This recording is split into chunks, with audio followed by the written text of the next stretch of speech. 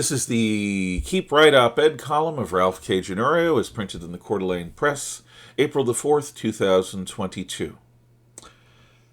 Can we make peace with real enemies? How can we make peace with people who want to destroy us? We are blessed with a surplus of decent folk who maintain that we should all come together in fraternal civility. I agree that those things which unify us are more significant than anything that divides us.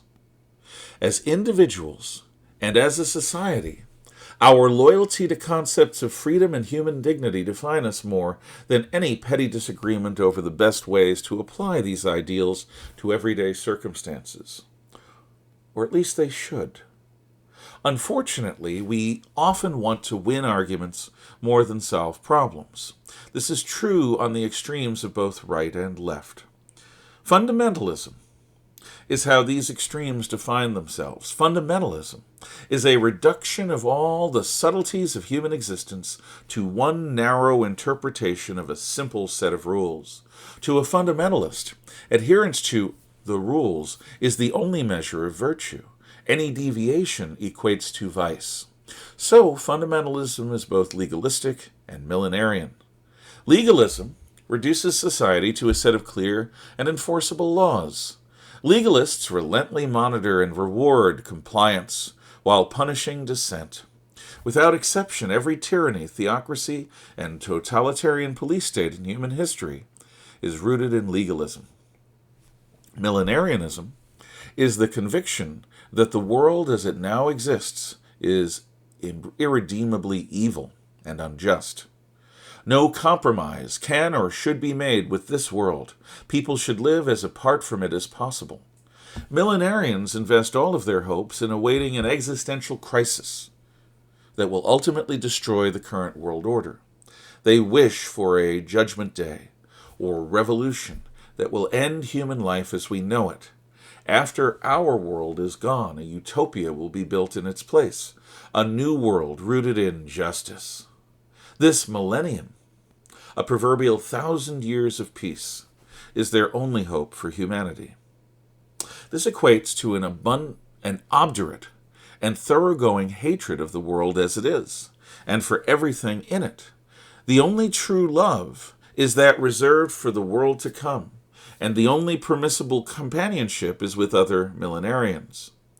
There can be good and glory in such a worldview. Many of the early Christians who suffered unspeakable oppression under pagan Rome were millenarians. Their hopes ultimately led to a new Christian Western civilization.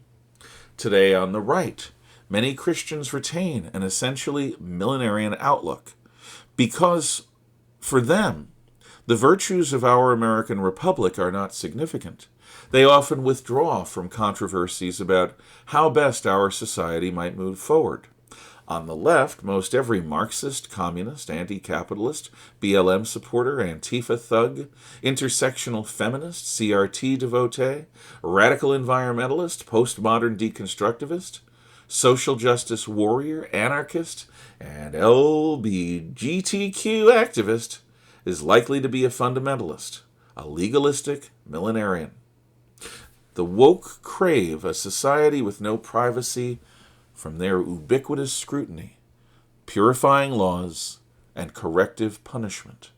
Their shared goal, to replace the current Western world with their paradise, is more significant than any difference in the particular cause which motivates their activities. Most of us are neither legalists nor millenarians. Most of us can, with effort and goodwill, be reminded that we share more in common than divides us.